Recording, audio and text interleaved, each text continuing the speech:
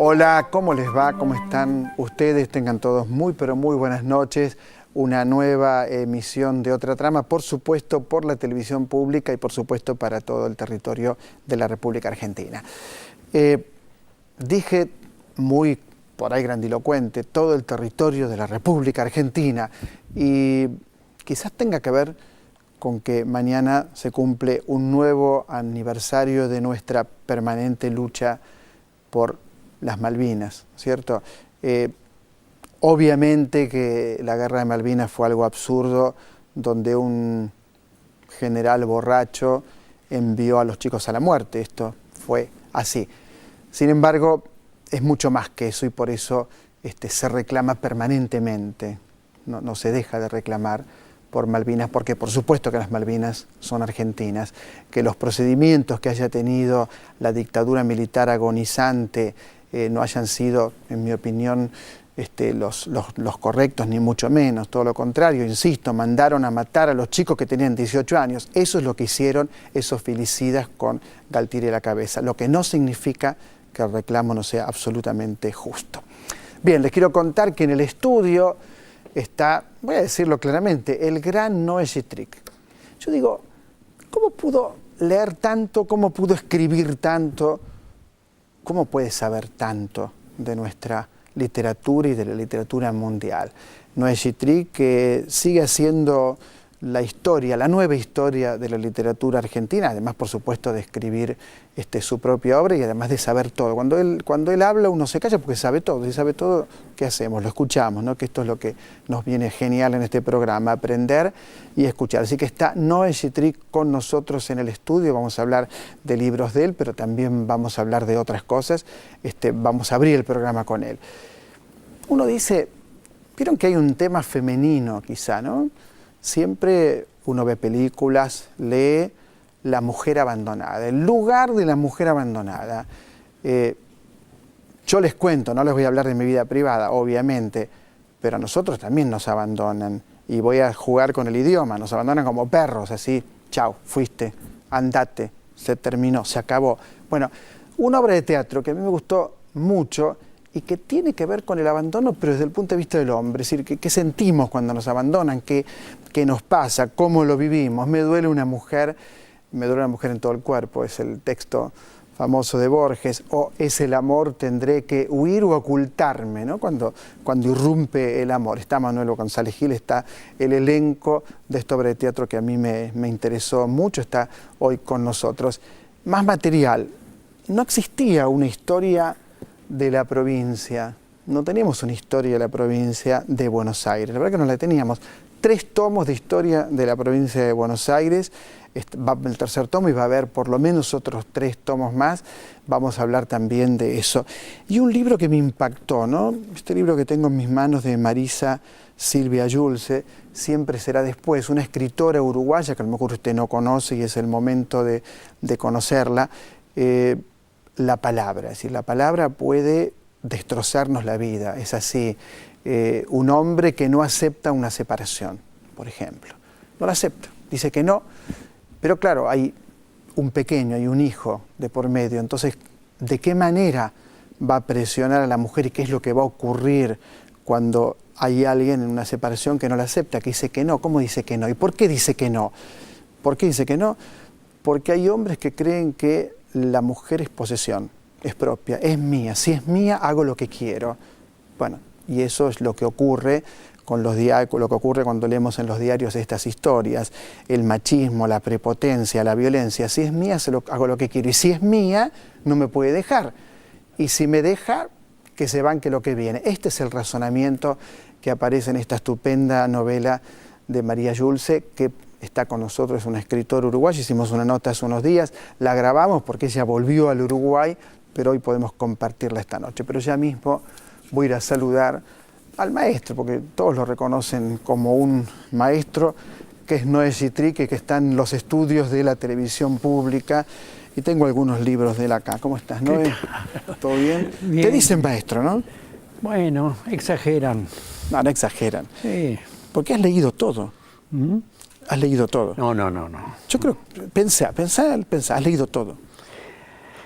Es difícil entrar en un diálogo de esta manera. No, pero leía en uno de estos libros cosas biográficas tuyas. Sí. Y tampoco la vida te fue tan fácil. Eras un joven de un pasar tampoco muy, no eras un hombre rico, digamos, no tenías todo dado para abrirte camino en la literatura. ¿Cómo fue ese camino? Y no sé, tal vez leí muy pronto a Roberto Al, y ese final del prólogo a Los lanzallamas que habla de la prepotencia del trabajo. Entonces yo creo que, sin darme cuenta, muy bien, me parece que me hice cargo de eso, y es como una especie de moral, ¿no? Es decir, uno si no se mete en la bañadera es difícil que se bañe, ¿no? Y entonces la vida es un poco una gran, enorme bañadera, y bueno, y hay que meterse. Yo me he metido en lo posible, en determinados campos, aunque por cierto, de pronto siento que he sido muy cobarde, es decir, que he retirado el cuerpo de situaciones en las que los demás se metían a mi lado de una manera muy decidida y demás. Podía razonar sobre lo que los llevaba a eso, podía razonar sobre lo que a mí me impedía tener esos actos de valentía, y después los desplazaba hacia esa zona del trabajo, y que se concreta básicamente en la escritura. Es decir, escribir ha sido mi salida, ¿cómo llamarlo? Mi coartada, mi manera de... También tu ética, ¿no? Porque la palabra, digamos, cobardía, porque también tu ética y tu trabajo eran los textos, me parece. Así es, pero uno no puede liberarse de ese viejo conflicto entre pensamiento y acción, ¿no? Sobre todo porque está fuera de uno mismo, o del planteo de ese dilema, está puesto en un exterior muy exigente. Es decir, te rodean los ruidos de la gente que solo cree en la acción y que no considera que el pensamiento sea acción. Yo creo que el pensamiento es acción, creo que la literatura es acción, pero es una acción que no es vista por los demás, o por algunos de los demás, como una verdadera acción. Y conciben en la práctica, incluso en la imaginación, en el imaginario, conciben la acción como una especie de semidios o semidiosa a la que hay que rendirle culto, descartando todo lo demás. Y entonces uno de pronto no puede, ¿cómo te puedo decir? Puede reducir ese razonamiento, pero te impacta. Al lado, junto a uno, hay gente que actúa, gente que se mete, y uno está ligado a las palabras, y las palabras ahí, bueno, pueden ser una trampa también. En fin, yo desconfío. Una vida muy rica. Bueno, acá tengo Libro Perdido, Mediodía, Los lentos tranvías. Tengo 3 libros que llegaron hace poco a mi mesa de trabajo, pero también tengo el recuerdo de tus novelas y de esta monumental historia de la literatura y de tantos libros que has escrito. Sí. ¿Cuántos podrán ser? Bueno, unos cuantos. Varias decenas, sí, pero bueno, también puede ser que sea lo que se llama un logógrafo o un maniático, en fin. Me acuerdo de Citas en un día, me acuerdo de Mares del Sur, sí. Me acuerdo de Evaluador, sí. 3 novelas excelentes. Sí, y me acuerdo de mucha teoría. ¿Qué ibas a decir hace un momento? No, nada, decía que aparte de hacer unas buenas ensaladas, de trabajar la berenjena como de una manera que me rinde muchos elogios, que me genera muchos elogios, y algunas otras cosas, unas albóndigas criollas argentinas muy buenas, lo único que sé hacer es escribir. Y leer. Mejor dicho, hacer Lo único a lo que me puedo consagrar con alguna obstinación es a escribir y a leer, por supuesto, ¿no? Leer un poco más difícil. Eso, siempre recuerdo esa frase de César Bruto, era famosa, decía, escribir, escribe cualquiera, leer con una sola E, esa es la cuestión. Es al revés de lo que pensamos habitualmente. Todos pensamos que sabemos leer, pero no sabemos escribir, esto es lo que pensamos. Pero César Bruto pensaba lo contrario, y a mí me parece que hay mucha sabiduría en eso, porque a medida que pasa el tiempo, escribir se hace como más fácil. Incluso en la cultura en la que estamos viviendo, ya mucha más gente escribe, aunque sea pequeños mensajes, los Facebook, los Twitter, los mails y todas esas cosas, se escribe más. Democráticamente, se escribe mucho más democráticamente, pero leer pareciera que hay una crisis de lectura de la que todo el mundo habla, de todo el mundo se queja, en fin, se piensa que por ejemplo, ese lugar común que me parece tan antipático, los jóvenes no leen, a mí me parece que es una mentira, y que los jóvenes leen en la misma proporción en que se leyó siempre. Cuando yo empecé a leer, la Argentina tenía 11 millones de habitantes, ¿no? Y leía muy poca gente. La verdad es que leía muy poca gente. Hoy tiene 40 millones y lee poca gente de la manera en que uno supone que se debe leer, pero esa poca gente lee y lee mejor que lo que leíamos nosotros cuando éramos esa minoría que se refugiaba en los libros como en la salvación, ¿no? Porque que leer supone una tensión, supone un clima que muchas veces uno siente que el mundo no lo acompaña mucho. Sí, leer supone un desafío, igual que escribir, es decir, cuando uno empieza a leer se aparta. Es decir, se concentra, ¿no? ¿Te acuerdas de esa escena extraordinaria de América, de Kafka? Sí, la novela de Kafka, ¿no? Sí, maravilloso. Maravilloso. El protagonista leía cuando las luces de un cartel luminoso se prendían, que luego se apagaban. Es decir, que la lectura de él era de lapsos, o de lapsus, ¿no? Impresionante. Impresionante, pero leía. Un amigo mío que estuvo secuestrado durante muchos meses, le habían cubierto los ojos, pero lo habían dejado un poquito abierto la venda esa. Por esta cosa lograba leer, y leía en el calabozo, leía. Es decir, leer es apartarse. Bueno, la gran tortura que a alguien, por lo menos como yo, supongo como vos, si te privan de la libertad, la gran tortura es no poder leer. Digo, ya que estás privado de libertad, por lo menos leer, ¿no es cierto? Claro, es una de ellas. Y el déficit de mucha gente no lo comprende, ¿no? Se ven, por ejemplo, contemporáneos míos, de mi edad, gente de mi edad, incluso más jóvenes, que se jubilan, la jubilación como una amenaza espantosa.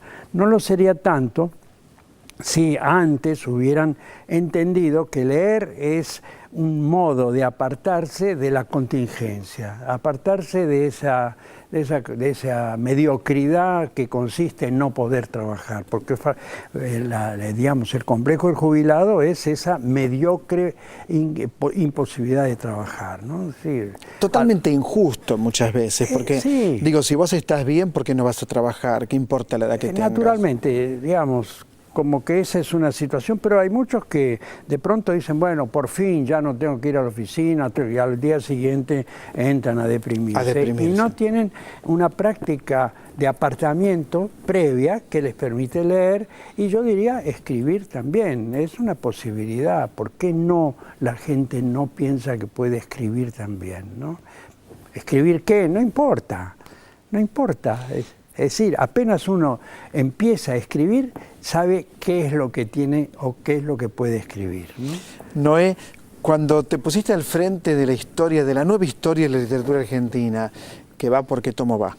Y ya en la calle hay 10. 10 tomos, impresionante. Sobre un plan de 12, ¿no? Impresionante. Sí, impresionante. Digamos que 10 son ya en páginas y son unas 600, 6.000. 6.000. Cada tomo tiene 600 páginas. Cada tomo tiene un promedio de 600 páginas. Tenemos como 6.000 páginas dando vueltas por la calle. Esto habla de que nuestra literatura es una literatura y lo sigue siendo muy rica. Yo creo que sí, y es una literatura que ofrece problemas. Digamos, es una literatura que no motiva entusiasmos y apologías y cosas por el estilo y espíritu de grandeza, sino hace pensar. Es una literatura que hace pensar. Claro, hay que querer pensar y también eso resulta bastante, es un desafío, ¿no? Es decir, por eso lo hemos llamado historia crítica de la literatura general. No es porque critiquemos en la historia, sino porque motivamos una lectura de tipo crítico sobre el asunto. Y también es una historia de literatura interdisciplinaria. Naturalmente. Muy interdisciplinaria. Sí. Es decir, uno tiene la sensación de que ya no hay un método de análisis, que hay muchas voces, muchas poéticas, muchas maneras de abordar literatura. ¿Vos lo ves así? Naturalmente, hay muchas maneras de abordar, son opciones que uno asume, digamos, con compromisos, no con la intención de llegar a una verdad de lo que uno firma. Por ejemplo, la obra de Borges es tal cosa. No, lejos de eso. Es muchas cosas. Claro. Pongamos esa figura, pongamos Sarmiento, pongamos Roberto Al, pongamos Macedonio Fernández. Es una cuestión en la que nuevamente hay que detenerse y preguntarse qué quiere decir eso, qué es eso, qué fue eso, qué trascendencia tiene, qué provoca, etcétera. Ese tipo de preguntas son las que nosotros queremos suscitar. No queremos decir qué grande que es Sarmiento. Fíjense, no solo tenemos a Sarmiento, a Borges, ahora tenemos al Papa, ahora tenemos a Messi, ahora somos los mejores. No es eso, no es eso, ¿no? En fin, digo modestamente, como decía Gassman, ¿no? Claro, porque además me parece que las obras cambian con el tiempo. Digo, al cambiar la recepción, al cambiar la lectura, las obras cambian por el tiempo. Por supuesto que cambian con el tiempo. Pensá que en la Ilustración Shakespeare era considerado un bárbaro. Naturalmente. Y en los años 70 yo he leído un libro que se llamaba Contra Borges, donde todos escribían contra Borges. Y hoy Borges es casi un prócer de nuestras letras. Sí, porque Borges, ¿por qué es casi un prócer? Digamos, porque es un venero de respuestas. Uno cuando se acerca a Borges se encuentra que se había dado cuenta de sutilezas, de matices, que fueron luego desarrollados, por otro lado, como verdades extraordinarias, como revelaciones. Las dijo antes y sucintamente, ¿no? Así como en passant, ¿no? Como quien no quiere la cosa, ¿no? Es decir, preguntas, posibilidad de respuestas. Yo creo que en eso consiste la dimensión literaria y que además en ese sentido es la dimensión de la vida misma. La vida no es más que un sistema de preguntas y de respuestas aproximadas. Me quedé pensando en eso. Me mataste, ¿ahora qué hago? ¿Cómo sigo esto? Y preguntando. ¿Y tu literatura, tu propia literatura? ¿Qué pensás de tu propia literatura, de tus textos, de tus obras? Y bueno, son siempre, no sé muy bien cómo responder a eso, porque, a ver, en este momento estoy terminando un pequeño ensayo sobre la cuestión del interés. Tener interés en, digamos, pongamos esta forma, en algo. Visto por la negativa, es realmente un tema fascinante, porque la gente que no tiene interés en nada se aproxima rápidamente al féretro, ¿no? Claro, es decir, al ataúd. Al ataúd. Por lo tanto, tener interés en es la cifra de algo. Sí, es la vida, es la libido. Misma, es tener interés en. Entonces, en cuanto a lo que yo he escrito durante todos estos años, o muchos años ya, respondían siempre a incitaciones de cierto interés. Por ejemplo, no sé, ¿qué te puedo decir? El hecho de que el limonero que tenga en casa el año pasado dio solo un limón. Un limón. El año pasado. No te alcanzó ni para la ensalada. No alcanzó ni para la ensalada. Dio un solo limón. Bueno, fue un hecho importante para mi imaginario. Y escribí un poema sobre el limonero que dio un solo limón. Es decir, y así siguiendo, es decir, de pronto el Mar del Plata, mirando el oleaje desde un balcón, dije, qué cosa esta eternidad, esta obstinación del mar, esta cosa en esta ciudad, que además es una ciudad obstinada. Pero ¿dónde está el drama de esta ciudad? Bueno, y escribí una novela.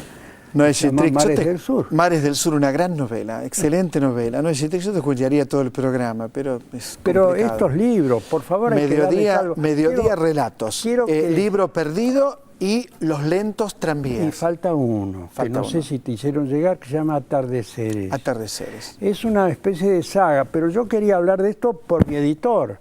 Mi editor, que es un hombre generosísimo, que se juega a publicar estas cosas, que notas editoriales así, disque importantes, no caben, no entran, no les importa, no les interesa. Mi editor ha hecho un esfuerzo con esto y no quiero desaprovechar esto por él, más que por mí. Perfecto, ¿no? Mira, hasta se me cayó. Sí. Estamos recomendando, los decimos, Libro perdido, Mediodía, y voy a buscar Los lentos tranvías. Esto es lo que los lentos tranvías y Atardeceres. Y Atardeceres, que no lo tengo acá, pero está. Y además, mientras hablábamos, aparecían en pantalla los libros, ¿sabías? Es una saga, una especie de saga que no termina acá. Tengo más. Y quiero decirte dos palabras sobre el asunto. Cada uno de estos libros es como un fragmento temporal en el que mi vida tuvo un giro. Es decir, el libro, cada uno de estos libros empieza con una instancia vital, temporal, cualquiera, y termina abriendo o cerrando un ciclo. Te cuento que los leí. Me acuerdo que en 1953 caminabas por París con un amigo y fueron a comer faca o algo así. Sí, eso lo contás en el libro. Sí, claro. Eso lo contás. Noé Gittrich, gracias. Bueno. Muchas gracias de verdad. Entonces, sumérjase en los últimos libros de Noé Gittrich, y después siga leyendo a Gittrich. Yo sé lo que le digo, le juro que no me equivoco. Nos vamos al corte con el recuerdo siempre entrañable de Malvinas y de los chicos que combatieron en Malvinas. Es decir, todo lo que expliqué al principio del programa, los chicos enviados a la muerte en una guerra absurda. Vamos. Madres que en la cuna interior gestan un corazón a pesar de los males, con que a diario tropieza la ternura indefensa, soñando a que siempre se juega. Madres, amor nuevo es parecido en cada muchacho, viendo que sus alas los llevan día a día tras un vuelo, mujer, futuro en su piel extendida. Madres que han visto a la vida vestirse de hierro sorpresivamente, y agitando quedó su blando corazón con un gesto en la mano, sin poder detener la guerra, esa dama sin tierra.